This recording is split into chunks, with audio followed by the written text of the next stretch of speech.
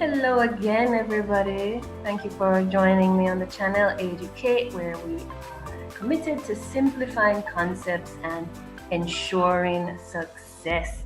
I know it has been a while, and today I want to look at subject-verb agreement. This is something that can be very useful for the CSEC, English A exam, or even the PEP examination. So I'm here to hopefully provide you with some simple tips on how to deal with the subjects agreeing with the verbs. So let's get going. When we talk about subject-verb agreement, we want to make sure that we can at least identify our subjects. Some subjects will be singular, some subjects will be plural, and based on what our subject is, we can then proceed to choose the correct verb. So singular subjects can be, and these are, we have nouns, we have pronouns, but just some examples.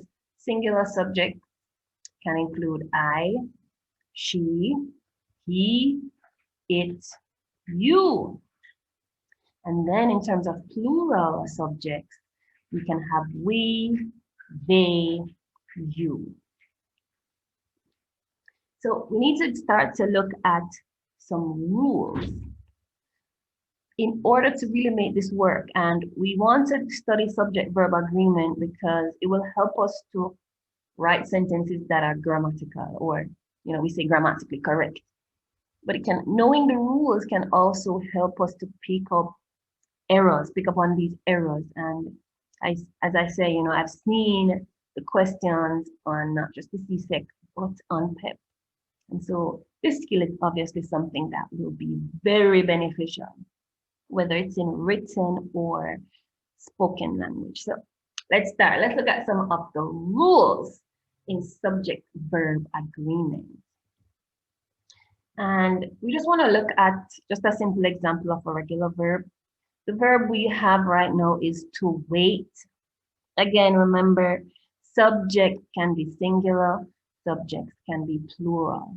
And that is what will tell us what form of the verb to use with such a subject. So these are what we would get when we conjugate the verb to wait. I wait. She waits. He waits. It waits. You wait. And those are singular. For plural, we wait, they wait, you wait. And that's just an example of a simple verb and how it is conjugated to match whether, our subjects are singular or plural. But let's get into another one. This is, of course, not your regular verb. This is the verb to be.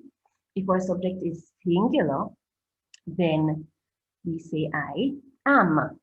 She is, he is, it is, you are. Plural subjects, we say we are, they are, and you are. Now, for today, we want to look at the goal. What do we want to learn today? Why am I making this video to help you today? The truth is, sometimes finding the subject or knowing what the true subject of the sentence really is can be difficult. But we're going to bear in mind that our subject can either be singular or plural. But sometimes, it's tricky to find what the true subject of the sentence is. So that's where I come in for today. Okay, so what if there's a situation where we're seeing some nouns, we're seeing possible subjects in our sentence, but we see the word of. And so that is what's being highlighted for you. Of. In both sentences, we're seeing the word of. We really need to try to find what the true subject is so that we can choose the best verb, as in the correct verb that would agree. In this case, and I think for all the examples I'm going to do, we're going to use the verb to be. So am, is, are. All right. So a pack of crayons. on the shelf. Now, we need to decide if the true subject is the pack or the crayons. The truth is, the subject is the pack.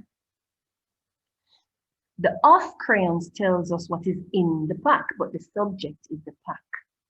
So in other words, we are taught we can almost say we can ignore the off crayons in this case and focus on the pack. So there's a pack, right? So because the subject is a pack, our subject is singular. And so in this case, a pack of crayons is on the shelf. What about the next example? Boxes of chocolate. Again, we have of chocolate. The of chocolate tells us what is in the box, right? The boxes, what we have in the boxes. So in this case, again, if we ignore the of chocolate, so this is like adding to the information, we are left with boxes. And so boxes, just like a pack, would be our true subject. So boxes signify plural, and so boxes are on the table. I hope we're seeing that. Then we have another case where we are faced with the or nor situation in our sentences. Usually what it means is that it's one or the other. So you will find that your sentence may have nouns or pronouns that can potentially be the subjects. But when we're faced with the or nor situation, we're basically ruling one of them out. And so both will not be the true subject. It's one or the other. I hope you're getting that. So Cindy or James. So we have the or. So it's one or the other. We're ruling out one. And so because we have Cindy who is one, so Cindy is singular, James is also singular. It's not a combination, it's not Cindy and, it is one or the other. And so because it's one or the other, we are still left in a sense with a singular subject. So the sentence could say it is Cindy. The sentence could say it is James. So we have a singular subject. So if we were faced with a decision to use is or are, it would be is Cindy or, so it's one singular person or another person, singular, is. Next, we have another situation where we have two options in terms of our subject. Again, there's or, so it's one or the other. In this case, we have the cats, which is plural, or the dogs, which is also plural, right? So in any case, we have potential subject, the true potential subject, being plural. So if we were to choose between them, either way, the subject would be plural. So in this case, it would be the dogs or the cats, yes? And so they are plural. In any case, when we're ruling out one or the other, the subject would be plural. So we say are. In another case where it can be quite tricky is what if we have a combination of potential subjects then, where one potential subject in this case is plural, and then we have the nor or the or again, and the next potential subject is singular. The rule for this says we're going to use the verb based on the subject that is closest to it. So neither the plates nor the fork, and we're faced with the is or are situation. And so we're going to say is. Remember why? Because the fork is closest to the verb. In this case, it's the opposite. Either the girl, again, remember we're saying either or, one or the other. We're ruling out one or the other. Either the girl, which is singular, or the boys, plural. What verb will we choose? Is or are? Definitely choose are, because the boys being plural needs a plural verb. And we do that because it is the one that is closer to the verb. Hope we get that. This one is not too tricky, yes? And suggests now we're combining. And so in both cases, and let's start with this one, we have Jack, who is one person, singular. Jill, who is also one person, singular. But then we have and, so now we're combining. In the previous example, it was one or the other. In this case, it's both of them. So obviously, we're having one person, and so we're combining. We now have subject, or a subject that is automatically plural, because Jack Jack and Jill, put them together, they're together. It's now more than one person. So it's automatically plural. And so Jack and Jill are. In this case, rabbits, which were plural already, chickens, which were plural already, but the and joining word, we're saying both. And so obviously we are keeping that plural verb, are. It's not just one rabbit, not just one chicken. We don't know how many, but rabbits and chickens are on the farm. All right, again, this is another tricky one. It's a case where our subject is not necessarily at the beginning, and so the subject will follow the verb. And so we're looking at, so the here or there is what is beginning our sentence, but John, in this case, is the true subject.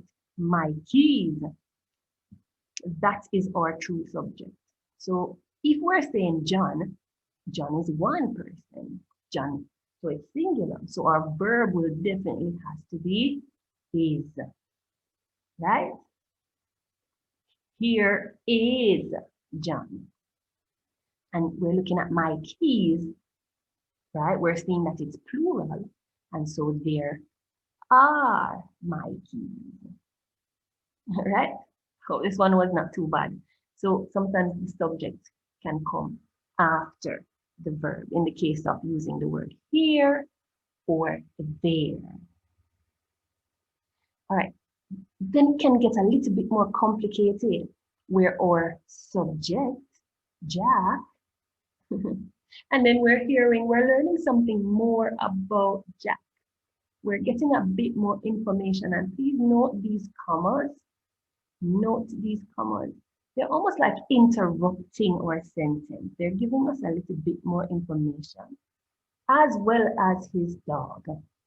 Now, is it that we are to bear in mind that we are adding to our subject, or is it that we are just learning a little bit more, getting a bit more information? So it didn't say and, like that example we gave. And so we have to bear in mind that all that we're seeing in between these commas are serving as some form of interrupter, or they're just there to give us some extra information, but not necessarily serving as the true subject. Our true subject is Jack. So Jack, in other words, we can put these in brackets as well, and it would mean the same thing. So Jack, though, is the focus. Jack is visiting me, right?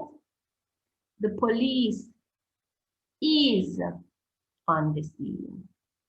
If it had said the men are, they are. So the men would be the focus. It's just that we were given some more information. Again, because of the commas, we take that to mean that we're getting some more information about the subject, but we're not grouping them. We're not saying and to group them to make it clear. I hope you get that. Again, we're looking at another example. Again, this could be put in bracket because they're like interrupted. So the boys, not the girl. So we're getting a little bit more information than we probably asked for.